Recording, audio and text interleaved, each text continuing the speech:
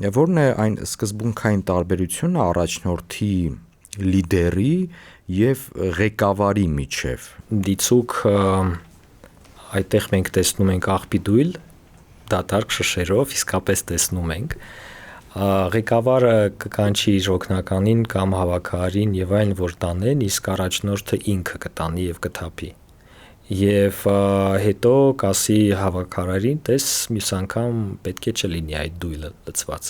Առաջնորդը մարդ է, առանցում չեն կարող, իսկ ղեկավարի առանց ղեկավարի կարող են։ Ինչպիսի առաջնորդ է փնտրում մեր հայ ազգը, բնակչության զգալի մասը, չնայած 21-րդ դար է, ուզում է ուժեղ ձեռք բռունցք։ Ինչ է բռունցքը։ Բռունցքը այն պոտենցիալն է, որը որ կարող է արվածել ոչ միայն թշնամուն, այլ նաև յուրայիններին, երբ որ վատ են իրենց պահում, ուզում են այդ ավանդական լիդերի, որը որ կլինի հիմնականում ավելի շատ տղամարդ, քան կին, այդ թվում կանայք են ուզում,